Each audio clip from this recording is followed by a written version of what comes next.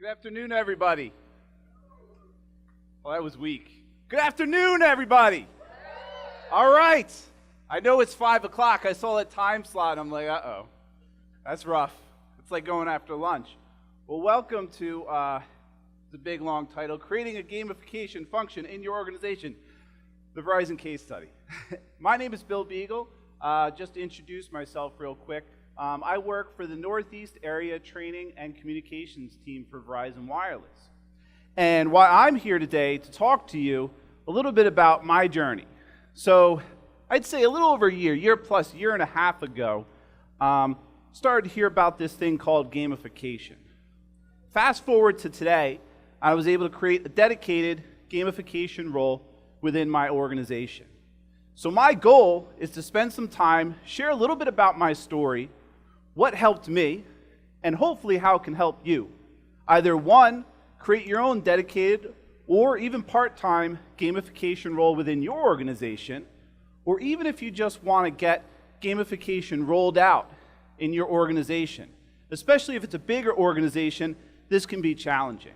So with that being said, I'm going to share a little bit about my story and hopefully what helped me so it can help you. Now, as I go through, this is not by any means a checklist. You don't have to do this and then that. It's really just goes along my story. So even though I might tell it chronologically, just keep in mind these are all tips that hopefully can help you. Sound good? All right, cool.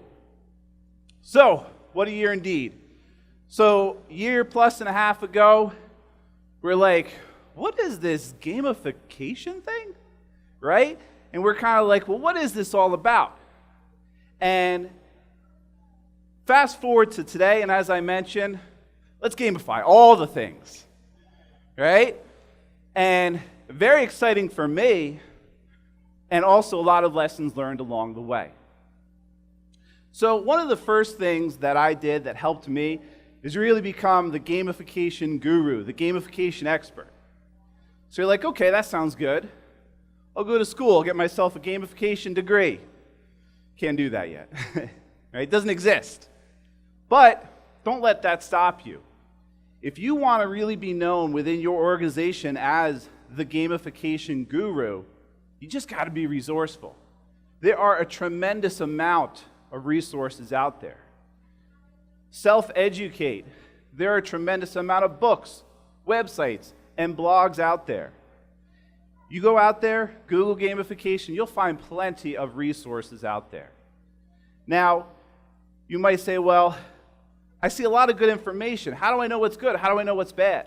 You're going to find a tremendous amount of use cases. What I found when I was trying to talk to others about gamification, find ones that relate to your industry.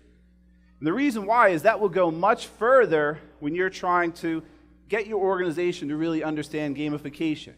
And if you really want to get people interested, find a competitor who did succeed with gamification. That will get people interested. So keep track of those, and I'll explain to you why in a little bit. You want to keep track of those case studies for your industry. Another thing, you've heard the word MOOCs a lot, right? It's a great free resource for you to educate yourself. If you say, hey, Bill, books are good, websites are good, I'm not a huge reader, I want somewhat of a more traditional type of experience where there's maybe an instructor, community, a peer of students. MOOCs are a great new source of information for gamification. So I will tell you, I went to GSummit last year, and one thing that I did I was very, very happy about was there's a great and very active Twitter community of gamification experts. I would highly recommend following as many people as you can. The real nice thing is, it's right on their name badge. So when people ask me for a business card, give them your Twitter handle. That's the best way to find an online active community. If you follow even half of the presenters and half the people that you meet here, you will find a plethora of information for you to really become that gamification guru. Shamelessly promote yourself. So here's what I mean by that. Has anyone heard the term an elevator speech, right? You've got 30 seconds in an elevator with that C-level executive. with that high-level executive. Remember those use cases I said before for your industry? Have them locked and loaded. You want to shamelessly talk to anyone and everyone you can about gamification. Because people always ask you, say, oh, how you doing? What do we usually say? Good, right? I'm doing good. But you can say, hey, well, I heard about this gamification thing, and I heard about this really cool story that XYZ company is doing. Have those locked and loaded, shamelessly promote, and tell everyone you can. And another good piece is consult on everything you can. You might say, hey, there's a lot of opportunity for gamification, but you might be one or two or three people in your organization. Take the opportunity to join the conversation. You don't necessarily have to own the project, but maybe you can consult and share some of your advice, share some of your wisdom from all of this great information that's out there. So, okay, a lot of good stuff. You're saying, okay, so now I'm an expert. So I'm going to go in and be like, I'm going to wave the gamification flag, everybody's going to follow me, right? Probably not. Because if you really want to make gamification part of your organization and part of a role for yourself, it has to be part of your culture, right? It has to be part of your culture. You just saw in the previous presentation, we did not talk ahead of time and coordinate this, but it works for me. It actually worked for that previous presenter as well. You want to educate and expose everyone to gamification. One of the big lessons I took away from GSummit last year was take the opportunity to educate and expose everyone in your organization to help that culture change. Get people to realize that this isn't a thing, this isn't a checkbox, this isn't something that you just do once. It's part of your design strategy going forward. It's part of creating a more engaged audience for any initiative that you want to drive engagement. So what we did, we called them neat gamification workshops. So each year, my organization has about one, maybe sometimes two annual or biannual conferences where we get all of our employees into one place. And often, a lot of times your leaders might say, hey, I want a development opportunity. A lot of good leaders will say this is a good time to maybe have a workshop to develop people. Definitely a good opportunity to say, hey, you know what? I've heard some good stuff. I got some great information I'd like to share. But here's the key thing. Don't sit there and try and go into the detailed, this is how it works, explain to them about dopamine and the science and all this stuff.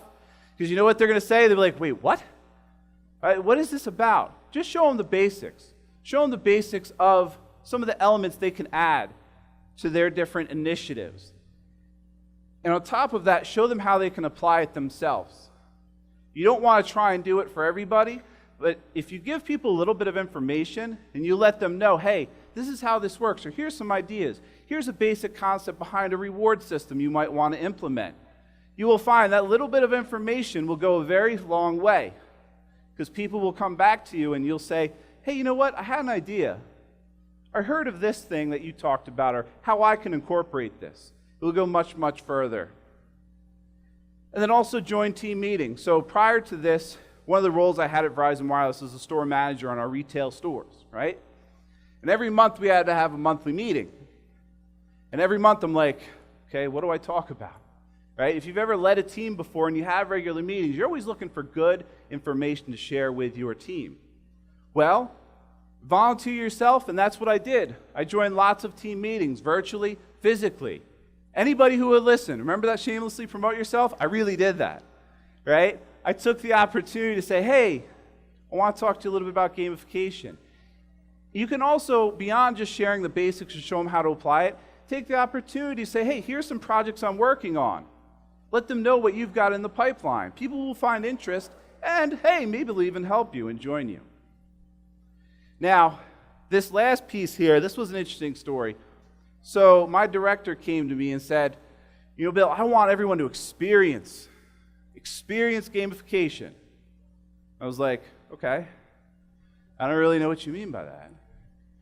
But I started to think about it, and I talked with her a little bit more, and I realized what she meant was she wants her employees, my organization, to be gamified. Why? Because if you don't know anything about adult learning, adults, they learn by doing, getting hands-on. You can send them emails, you can give them books, you can even talk to them.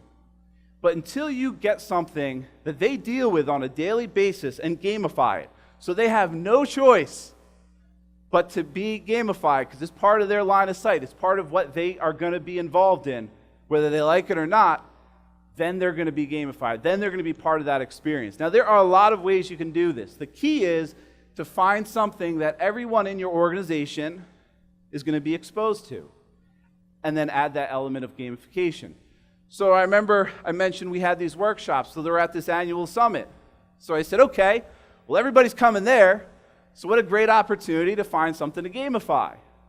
So you can do it lots of ways. The ways that we did it is actually one you're familiar with LiveCube. We said, we're going to gamify our social media experience because everybody has to come to this annual convention, this annual summit. It exposed them to being gamified. But it's more important than that. It's not just about exposing them, it's giving people a language, a frame of reference.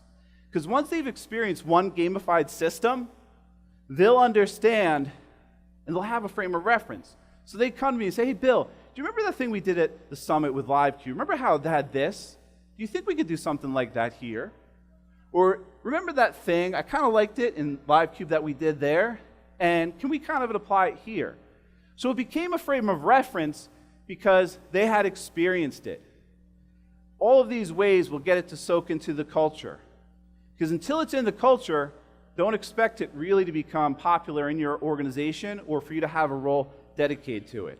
Now, the next thing is, okay, great. So I had some people on board, some folks understood gamification. I knew a lot about gamification, but any organization, if you want to be successful, you have to have leadership support, right? So now this is a challenge. So you're like, okay, Bill, that sounds great. But who do I go to? Right? Because you can't go to, well, we've got a chief executive officer, we've got a chief operations officer, but there's not really a chief gamification officer, right? You can't go and say, hey, I've got some ideas. Let me go to the chief gamification officer. Doesn't exist. So what do? Well, you find leaders who can benefit. Find a leader who has an initiative that lacks engagement. Because really gamification is about increasing engagement, right? So if you find a leader that has an initiative that really isn't taking hold, really isn't grasping, or maybe has some opportunity to grow, that's the leader you speak to. But don't just look at who you deal with on a daily basis. Go outside your work group. Because there is no chief gamification officer right now, it's segmented in a lot of organizations. There might be people in HR looking into gamification. There might be people in marketing, training, IT.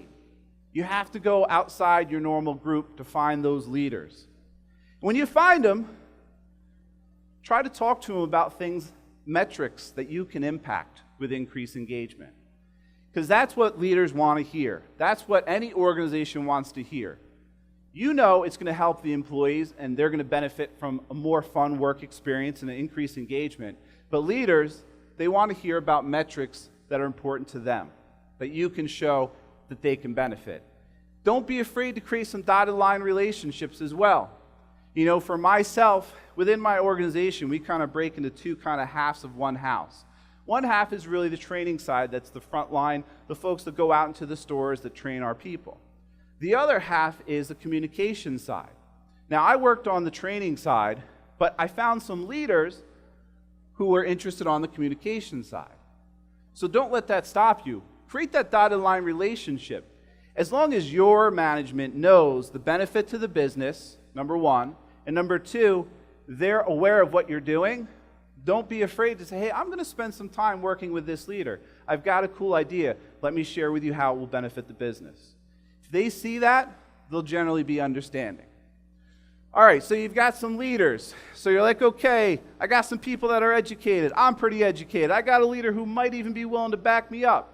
Here's your goal with this leader. A pilot, okay? I have found if you use the word pilot, okay, it's a lot less scary to people, okay? Low risk, right? Low cost. If you can get a leader who's willing to pilot something, consider that a win. If you try and go in there and say, I'm gonna gamify this entire big process important to our business, and that's a win, no, don't expect that. Just get a pilot. because you want to prove results, and I'll share my pilot and how it worked for me in just a sec. So, what do you pilot? This is an old phrase. It's kind of a cliche, but it's true. You got to find the low-hanging fruit. If I went in there and said, hey, you know what? I'm going to gamify our entire retail store process. They'd be like, what? With who and what budget? It ain't going to happen. But I said, well, you know what? Let me find some low-hanging fruit. Where is there some opportunity to raise engagement, to gamify? So at the time, my first pilot was around our sales process that we use in our retail stores. And we wanted to raise engagement. It was a very, very hot topic. So find something that's a hot topic, because a hot topic means high visibility, which means more people will pay attention, more people will notice your results, right? So once you find that, for me, it was the sales training. We wanted to raise the engagement and the retention of this sales training initiative we had at the time, okay? And we said, well, we can't take, this is a 3-day training. I can't gamify this whole thing. So what we're going to do is, at the end of most sales trainings, any good sales training, you practice, right? You need to practice to make sure you can do it once you go back to your actual location. So for us, we create a game called Flight Club. So I'm going to share a little bit about this pilot. So at the end of your training as a new hire, you're expected to go through and practice this entire sale from beginning to end. It takes typically about 20, 30 minutes, depending on how quickly they pick it up. And the way that we did it prior was we gave them a checklist, and we had a coach sit there and check off all the behaviors to make sure you're doing it right. So we said, let's just try some real simple gamification mechanics. Let's give them 25 points. Okay. What do these points mean? Okay, let's build a reward system. So we called it Flight Club. So you can be a captain, you can be a co-pilot, you can be all the different ranks. We had 4 or 5 different ranks. And as you ranked up, when you got more points, we had a lot of cool rewards for them. But here's the thing. They had the opportunity to practice twice, each time earning 25 points. The really cool thing was they would go through the practice first time, so you can earn up to 25 points.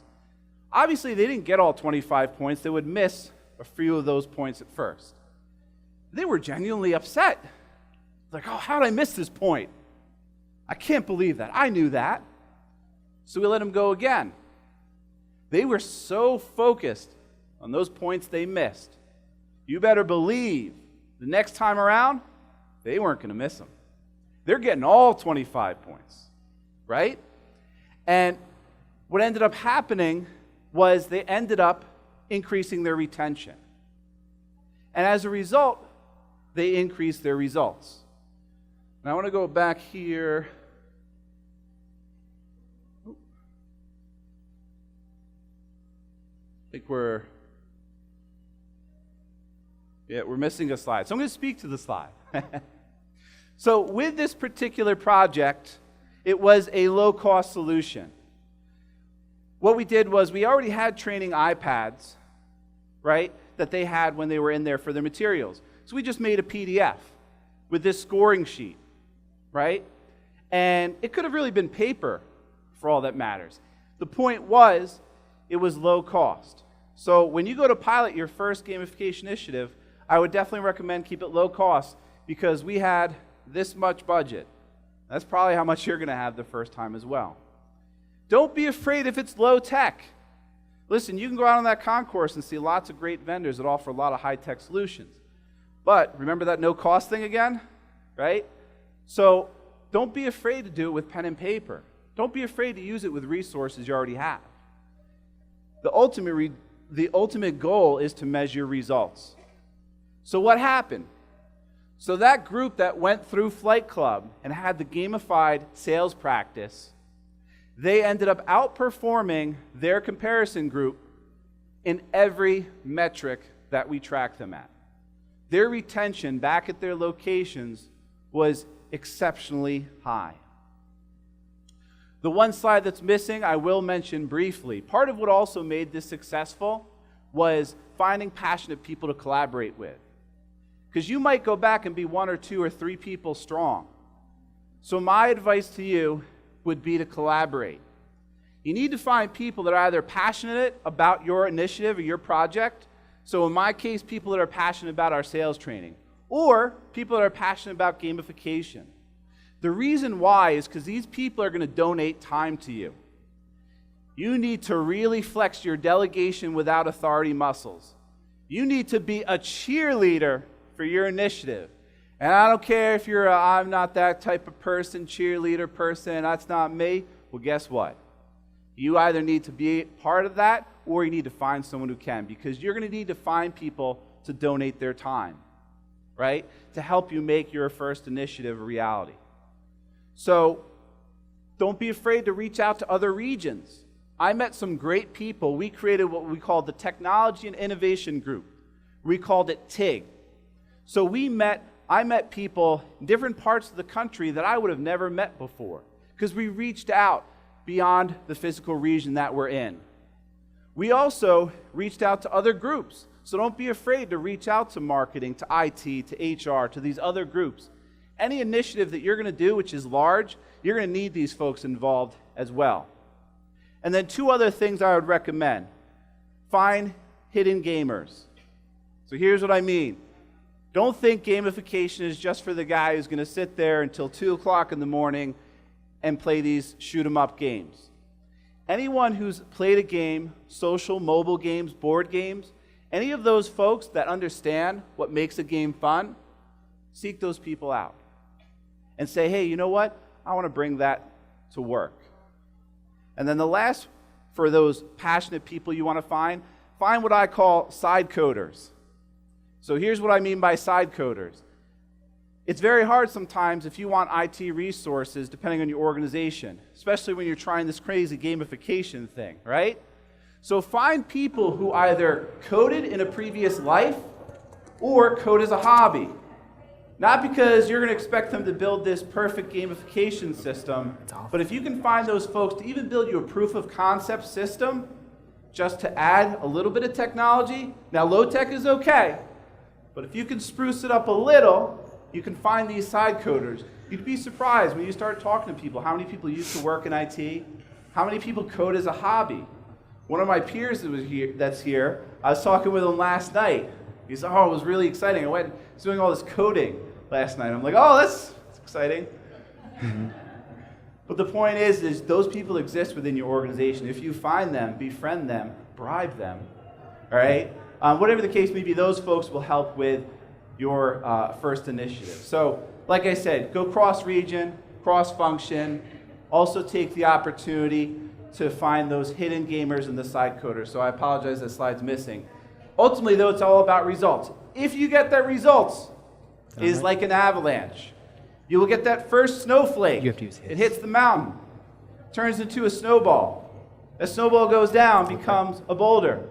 And next thing you know, once people see results in your organization, if you've got some leaders on board, you've created the culture, and you have your first pilot to prove some results, you will become, guarantee you, very popular, very quick. Okay? And next thing you know, your leaders will say, how did we ever exist without gamification as part of our strategy? How do we ever exist without you in a gamification role helping us out? Your reward, your company has increased results. And good. Hi, Key. How are you? Get to do something you're passionate about. How are you? I'm very passionate about gamification. Yes, and as a result, I'm in that role every day. So with that, I thank you for your time. Enjoy the rest of your conference. If you have any Q&A, I'll hit you up on the side. Feel free. I'll hang out if anyone wants to talk. Thank you so much. Okay. Are you going to help connect this?